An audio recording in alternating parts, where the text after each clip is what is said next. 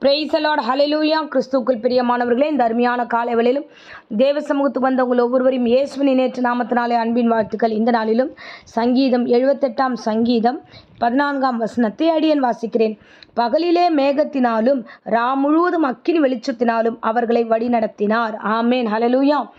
இஸ்ரவேல் ஜனங்களை 430 வருஷம் அவர்கள் அடிமைகளாக இருக்கிறார்கள். அந்த அடிமைத்தனத்திலேருந்து அவர்களை வெளியே கர்த்தர் கொண்டு வருகிறார்.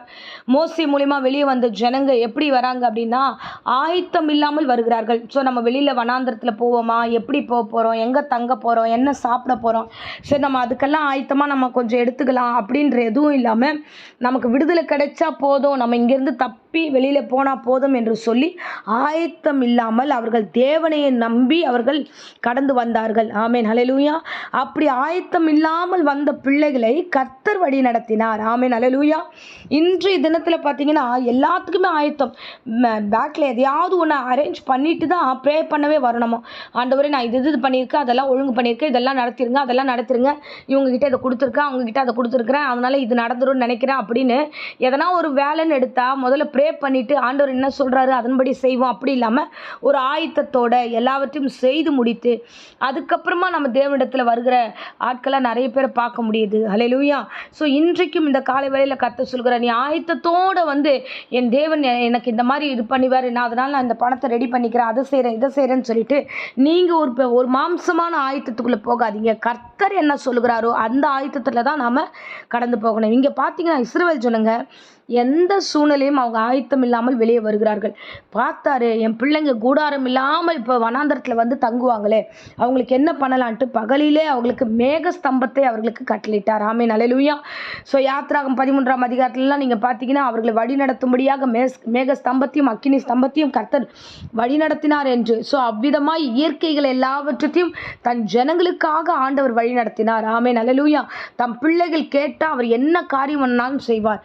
ஸோ தம் பிள்ளைகளை வழி நடத்த வேண்டும் என்பதற்காகவே அவர் மேக ஸ்தம்பத்தையும் அக்கினி ஸ்தம்பத்தையும் இந்த இடத்துல இறக்கினார். ஆமேன், ஹல்லேலூயா. ஸோ அப்படிதான் இந்த ஜனங்க பார்க்குறோம். நம்ம அவங்க பகலில் வந்து மேக ஸ்தம்பம் இருந்தால் தான் இந்த பிள்ளைங்க இதுக்கப்புறம் சேஃபாக இருக்க முடியும்.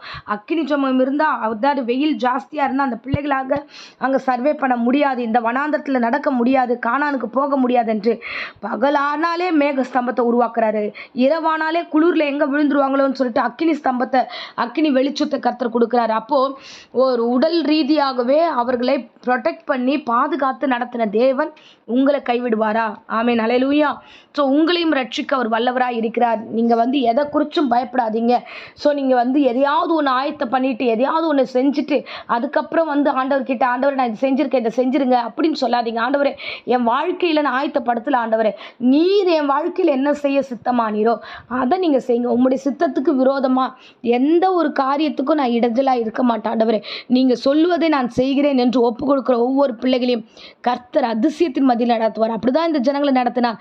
வனாந்திரத்தில் கண்மலை பார்த்தீங்கன்னா, கண்மலை அது வந்து மலை, அந்த மலையில் தட்டின உடனே எப்படி வருதான் தண்ணீர் தடாகம், அந்த இடம் முழுவதும் நிரம்பிடுச்சு. ஸோ ஆழங்களிலிருந்து தண்ணீர்கள் வந்து எப்படி வந்ததுன்னா அவ்வளோ அதிகமான ஒரு ஆறை போல வருகிறது. அந்த இடத்துல ஆச்சரியமான நிகழ்வுகள் எல்லாம் கர்த்தர் அந்த இடத்துல இஸ்ரவேல் ஜனங்களுக்காக செய்கிறார்.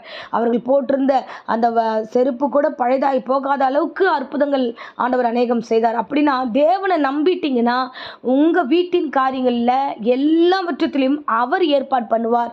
அவர் ஏற்பாடு பண்ணுவது ஆச்சரியமாக இருக்கும், அதிசயமாக இருக்கும். இயற்கைக்கு அப்பாற்பட்ட விஷயம் கூட கர்த்தர் செய்ய வல்லவராக இருக்கிறார். ஆமென், ஹல்லேலூயா. ஸோ நாம் தேவனை நம்பி இருப்போம், நாம் தேவனை நோக்கி காத்திருப்போம். ஆண்டவரே எங்களை வழி நடத்துங்க, ஆண்டவரே எங்களுக்கு நடத்துறதுக்கு தெரியல, எங்கள் குடும்பத்தை நடத்த தெரியல, ஆண்டவரே எங்கள் பிள்ளைகளை நடத்த தெரியல, ஆண்டவரே இந்த திருமண காரியத்தை நடத்த தெரியல, ஆண்டவரே இந்த மீட்டிங் எப்படி நடத்துறது, ஸோ எல்லா காரியத்தையும் ஆண்டவர் பாதத்தில் நம்ம அர்ப்பணிப்போம் என்றால் நிச்சயமாகவே கர்த்தர் வழி நடத்த வல்லவராக இருக்கிறார். ஆமென், ஹல்லேலூயா. ஸோ ஆகையால் உங்கள் வீட்டு காரியம், உங்கள் தனிப்பட்ட காரியம், ஆஃபீஸ் காரியம் எல்லாவற்றையும் கர்த்தர்கிட்ட கொடுங்க. அவர் உங்கள் வழியை வாய்க்க பண்ணுவார். அவரே வழியை வாய்க்க பண்ணி உங்களை ப்ரொடெக்ட் பண்ணி பத்திரமாய் நடத்துவார். ஆமேன். இந்த தேவன் ஒரு நாளும் உங்களை கைவிட மாட்டார், உங்கள் மீது கவனமாக இருக்கிறார். ஆமேன். ஸோ இந்த வேளையில் அடியேன் உங்களுக்காக ஜெபிக்கிறேன். அன்பு ரட்சகா, இந்த அருமையான தருணத்தில் கர்த்தாவே எந்த ஆயத்தமும் இல்லாமல் என் ஆண்டவர் என்ன சொல்லுகிறாரோ அதை நான் செய்கிறேன் என்று வந்த ஒவ்வொரு பிள்ளைகளையும் நீர் ஆசீர்வதியும். இஸ்ரவேல் ஜனங்கள் தங்களுக்குள்ளாக ஆண்டவர் எந்த ஆயத்தமும் இல்லாமல் கர்த்தாவே உம்முடைய வார்த்தையை நம்பி ஓடி வந்தவர்களை ஆண்டவரை நீர் அரவணைத்து அவர்களை பாதுகாத்து பாதுகாத்து அவர்களுக்கு கானான் தேசத்தை கொடுத்தது போல உம்மை நம்பி இந்த பிரசங்கம் கேட்டுக்கொண்டிருக்கிற பிள்ளைகளுடைய வாழ்க்கையில் ஒரு பெரிய அற்புதங்களையும் அதிசயங்களையும் காண செய்து ஆசீர்வதிப்பீராக. ஆண்டவரே, இந்த நாளில் கூட கர்த்தாவே எங்களுடைய மீட்டிங்ஸ்க்காகவும் ஒப்பு கொடுக்குற ராஜா. ஆண்டவரே, இது ஆகஸ்ட் 15 நடக்கிற மீட்டிங்கை ஆண்டவரே நீர் வழி நடத்துவீராக. அந்த நேரத்தில் எந்த இயற்கையின் சீற்றங்களோ ஆண்டவரே எழுந்திராதபடிக்கு எங்களுக்காக மேக ஸ்தம்பத்தையும் எங்களுக்காக ஆண்டவரே ஒரு ஆசீர்வாதத்தின் வாசலையும் கர்த்தனை திறந்தருள்வீராக. ஆண்டவரே அப்பா, எல்லாவற்றும் ஆசீர்வாதமாக அமைத்து கொடுங்க. இதற்காக ஜெபித்த என் குடும்பத்தார் எல்லோரையும் ஆசீர்வதியும். விசேஷமாக இந்த வேளையில் வியாதி பலவீனத்தோடைய யாராகில் இந்த பிரசங்கத்தை கேட்டுக்கொண்டிருந்தா என் கர்த்தர் தாமே பொறுப்பெடுத்துக்கொள்ளும். சுகபல ஜீவனை கர்த்தர் கட்டளிட்டு ஆசீர்வதியும். இயேசுவின் நாமத்தில் ஜெபித்து ஆசீர்வதிக்கிறேன் நல்ல பிதாவே. ஆமேன், ஆமேன். Praise the lord. God bless you.